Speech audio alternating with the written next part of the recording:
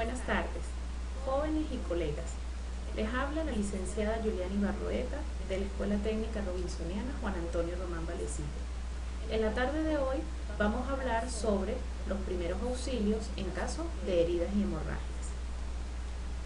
Por lo tanto, la temática a desarrollar es cómo se definen los primeros auxilios, las heridas y las hemorragias, cómo se clasifican y cómo podemos tratarlas en el caso en que se nos presenten. Debemos recordar que los primeros auxilios son todas las atenciones básicas que se le brinda a una persona que presenta una lesión, siempre y cuando sepamos lo que debemos hacer para no agravar el estado de salud de la persona lesionada. En consecuencia, las heridas las podemos definir como aquella ruptura de tejidos blandos producido por un agente traumático, como un accidente, una caída o cualquier tipo de lesión que en algunas ocasiones se puede complicar con una hemorragia o una infección. ¿Cuáles son los signos y síntomas de las heridas? Primero, el paciente puede presentar dolor acompañado de inflamación y en los casos en los que las heridas se complican se presenta hemorragia e hipotensión. La hipotensión, recordemos, que es el descenso de la presión sanguínea y que puede conllevar a un estado de shock.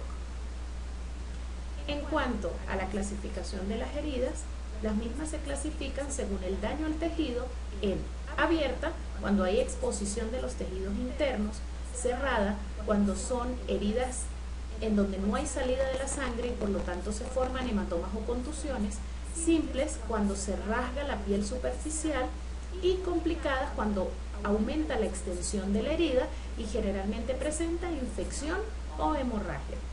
Según el agente causal, se pueden definir como contusas, cortantes, punzantes o abrasiones. Las contusas, cuando generalmente son producidas por golpes u objetos sin filo y se caracterizan por presentar hematomas.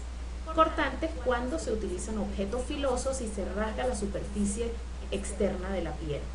Punzantes, cuando generalmente son objetos con mayor profundidad y la superficie es más pequeña que la profundidad de la herida. Y las abrasiones, que generalmente se ocasionan cuando tenemos contacto con superficies rugosas. Asimismo, los primeros auxilios en caso de presentar heridas, pues primero se deben lavar las manos o utilizar guantes ubicando al paciente en una zona segura.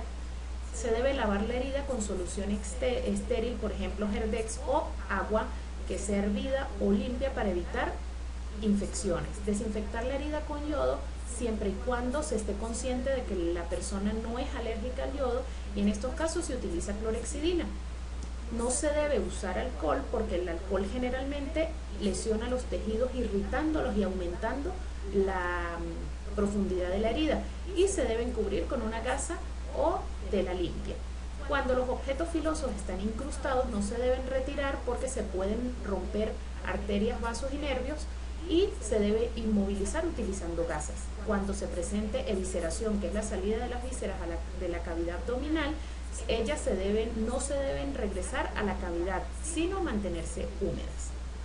En cuanto a las hemorragias se definen como la salida de la sangre del lecho vascular, es decir, por ruptura de una arteria o de una vena, a causa de un agente físico como contusiones y rasgaduras, o biológicos como la epistaxis, que es la salida de sangre de la cavidad nasal, producto de una manipulación continua.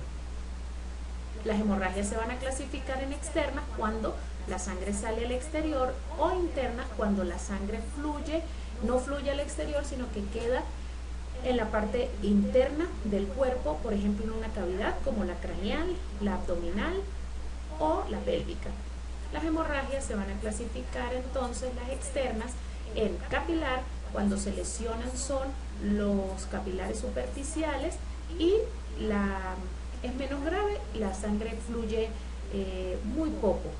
La venosa, cuando se lesiona una vena, la sangre es de color oscuro porque no posee oxígeno, es sangre carboxigenada y fluye de forma continua pero lenta. Y la arterial, que es la más complicada, generalmente procede del sangrado de una arteria y ella fluye con el ritmo de los latidos cardíacos. Es de color rojo brillante. Los síntomas de las hemorragias externas son confusión, descenso de la presión arterial, generalmente se puede, en algunos casos, de acuerdo a la complejidad, perder la conciencia. Las hemorragias internas, que son las más delicadas, es cuando hay ruptura de un vaso pero no hay orificio de salida, se denominan intersticiales, e internas exteriorizadas cuando se rompe el vaso pero tiene una cavidad de salida, como en el caso de la rinorragia, que es la hemorragia nasal, la otorragia, que es la hemorragia a través de la cavidad auditiva, y en este caso observamos hematuria, que es presencia de sangre en la orina producto de una lesión a nivel de los riñones. Los síntomas de estas hemorragias internas son dolor abdominal, hinchazón, palidez y en algunos casos pérdida de la conciencia. Por último, los primeros auxilios en caso de hemorragias externas es sentar o recostar al herido, utilizar guantes o bolsas plásticas para no tener contacto con la sangre, verificar el pulso y sobre todo realizar presión con una gasa o apósito, recordando que la gasa no se debe retirar puesto que ella forma un tapón plaquetario que inhibe la hemorragia. Si la hemorragia con ser de estas acciones no cede, debemos aplicar un torniquete superior a la herida y trasladar a la persona inmediatamente al centro asistencial. En el caso de las hemorragias internas, se debe verificar la situación del paciente, no suministrar líquidos, controlar signos vitales, cubrir a la víctima y ubicarla en posición anti-shock con las piernas hacia arriba y la cabeza hacia un lado. Esto es todo por esta tarde. Si desean tener más información, les dejo un link de consulta. Muchas gracias.